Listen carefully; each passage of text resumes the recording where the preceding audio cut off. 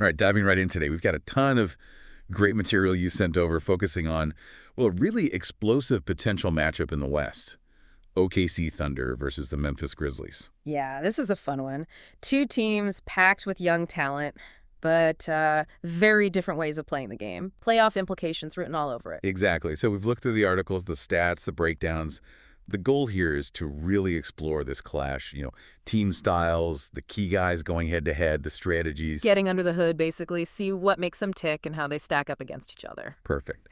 So let's kick off with the Thunder. Oklahoma City, their rise has been pretty meteoric, hasn't it? You got to give credit to their front office, the drafting. And Coach Daigneault, too. The player development there is really something. Totally. And when you watch them play, that offense is just, wow, so fast, constant motion. Yeah, the ball moves. They really emphasize spacing, getting everyone involved, and they are not shy about shooting the three ball. Leads to a lot of open looks, right?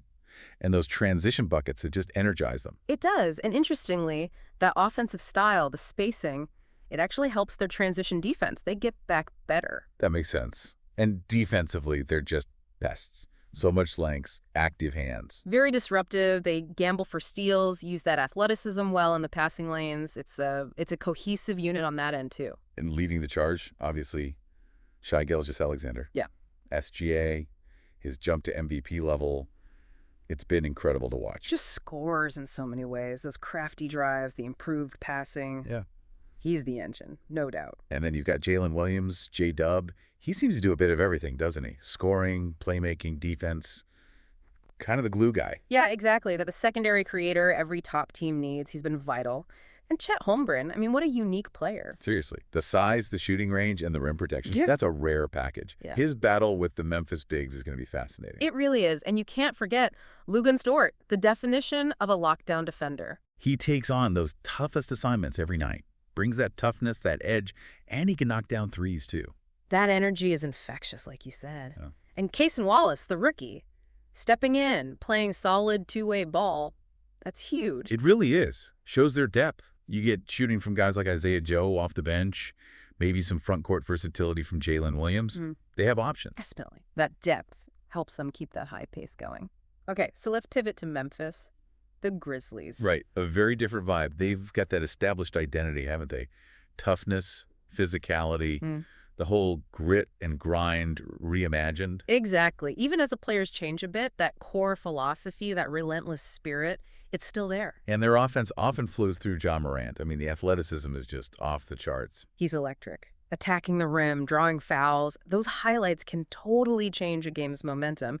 Plus, they really hit the offensive glass hard. A real weapon for them. Yeah. And defensively, well, that's their calling card, isn't it? Absolutely. It's the foundation. They want to be physical, pressure the ball constantly, force mistakes, protect that paint. Rebounding is non-negotiable. And it's not just Ja.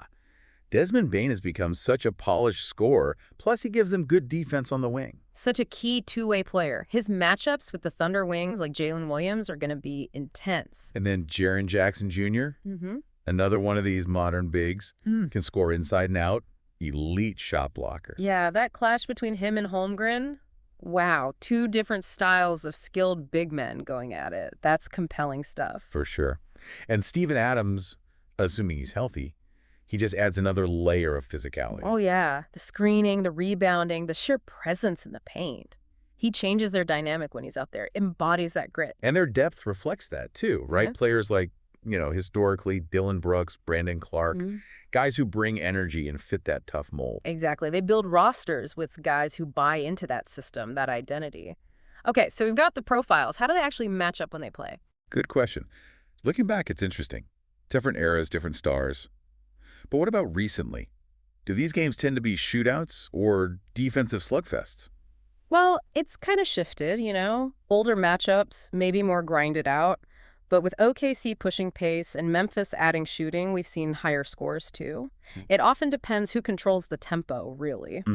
So no clear historical edge lately. It fluctuates. Yeah, it seems to mirror where each team is in their competitive cycle. Sometimes one's up, sometimes the other. It makes it unpredictable. Okay, let's zoom in then. The individual battles. SGA versus Ja Morant. Has to be the headliner, right? Oh, absolutely. Must-see TV, like you said.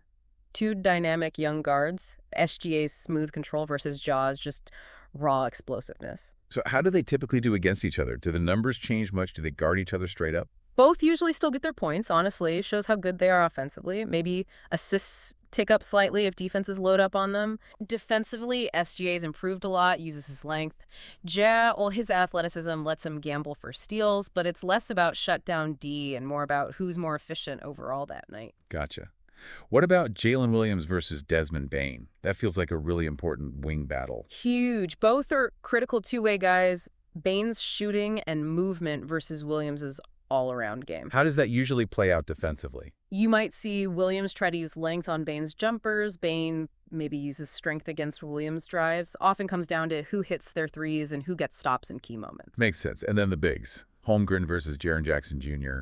That contrast again. Yeah, Holmgren pulling JJJ out with the shot versus JJ maybe trying to use his strength inside against Chet. And both are elite shot blockers in their own way. Exactly. So who controls the paint? Who impacts the spacing more? It's a massive strategic point. And Dort. His defensive assignments against Memphis wings. How crucial is that? Say, guarding Bane or whoever's hot.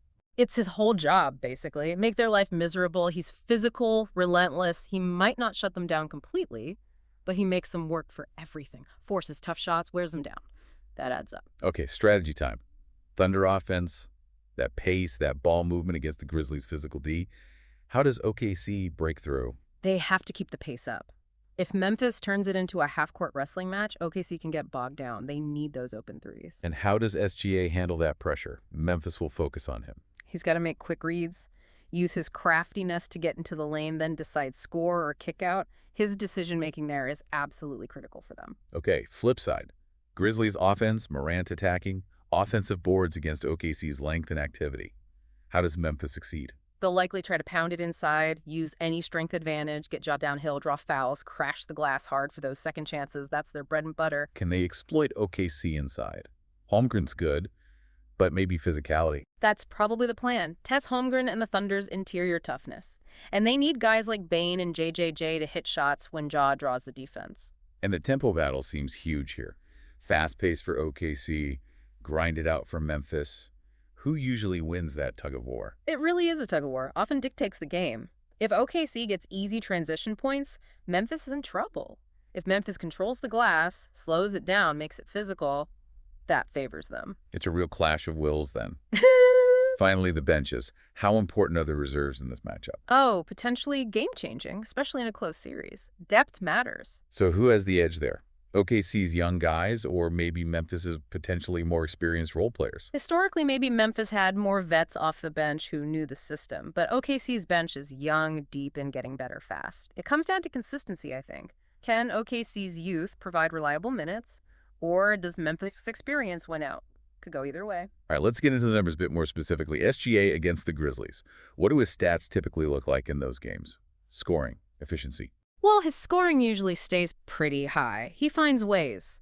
But efficiency might dip slightly just because Memphis throws so much defensive attention his way, you know. They make him work. Right, makes sense. What about assists? Does he turn playmaker more? Sometimes, yeah. If they double him hard, he's gotten much better at finding the open man. That assist-to-turnover ratio against their pressure is something to watch, though. He usually chips in on the boards, too, and his defensive stats are solid. And his three-point shooting against them varies. It can, yeah. Depends on the looks he gets against that D. And checking his clutch stats in those close games against Memphis is always interesting. Okay, now Ja Morant against the Thunder. Similar breakdown. How does he fare statistically? Same story, really. High scoring, usually. He's the engine. Efficiency can sometimes take a hit against OKC's length in the paint, but he makes up for it by getting to the line a ton. And playmaking. Assists. Still racks them up. When he collapses the defense, he's great at kicking out. His gravity creates looks for others. But again, turnovers against OKC's active hands are something out of track. Good point. So, big picture team stats then, head-to-head. Where do the advantages usually show up? Points, shooting, rebounds? You often see OKC maybe edge them out in three-point shooting, both percentage and attempts. That's their game. And Memphis. Rebounding, especially offensive rebounds. That's huge for them. Generates those extra possessions. Assists can be close. Turnovers are key. Who forces more? And pace. Defensive rating. Pace, usually higher if OKC dictates, slower if Memphis does. Defensive ratings kind of reflect who's imposing their will better in that specific game. Any big edge in those categories often tells you who's likely winning. So wrapping this up, it really feels like the core contrast is OKC's rising offensive firepower and youth versus Memphis's established toughness and defensive identity. That's it exactly. The young guns versus the gritty veterans. Almost. Though both teams are young, Memphis just has that more ingrained physical style. It's a fantastic clash. And those key matchups, S.J. Morant, Williams Bain, Holmgren JJJ, Dort on the wings, they feel like mini battles that could decide the war. Absolutely. Plus the strategic chess match. Can OKC's shooting solve Memphis's D? Can Memphis's physicality overwhelm OKC? Pace control, bench play. Right. It's all crucial. And looking at those head-to-head stats for the stars and the teams just adds that extra layer of context, doesn't it? Definitely helps understand the dynamics, the strengths, the potential weaknesses when they face off. So, a final thought for everyone listening. Considering everything, the styles, the stars, the strategies, what one factor do you think will be the absolute difference maker if these two teams meet in the playoffs? Something to chew on. Really appreciate you taking this deep dive with us.